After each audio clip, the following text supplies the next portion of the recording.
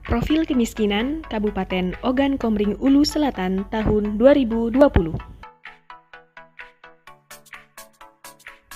Dalam menentukan status kemiskinan, Badan Pusat Statistik menggunakan konsep pemenuhan kebutuhan dasar atau Basic Needs Approach yang diwakilkan oleh garis kemiskinan.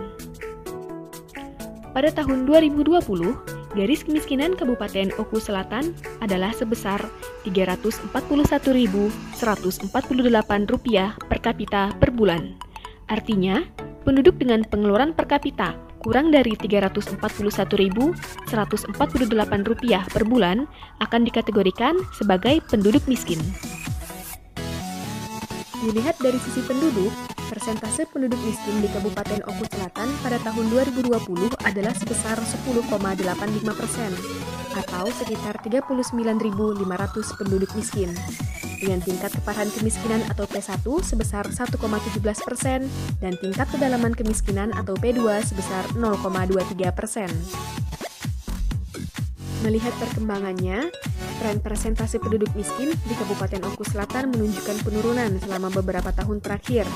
Namun, pada tahun 2020 terjadi peningkatan persentase penduduk miskin sebesar 0,32% poin, atau terjadi peningkatan jumlah penduduk miskin sebanyak 1.580 penduduk.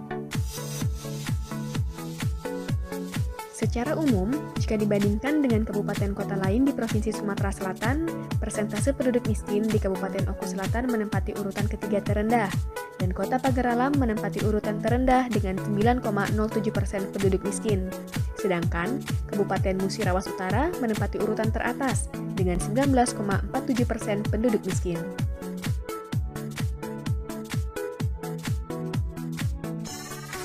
Dari sisi jumlah penduduk miskin, Kabupaten Oku Selatan menempati urutan ke-7 terendah dari 17 kabupaten kota lain di Provinsi Sumatera Selatan.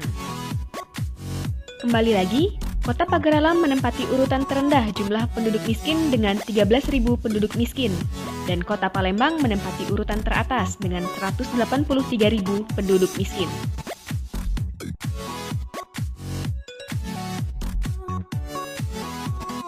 Sekian penjelasan terkait profil kemiskinan Kabupaten Ogan Komering Ulu Selatan tahun 2020.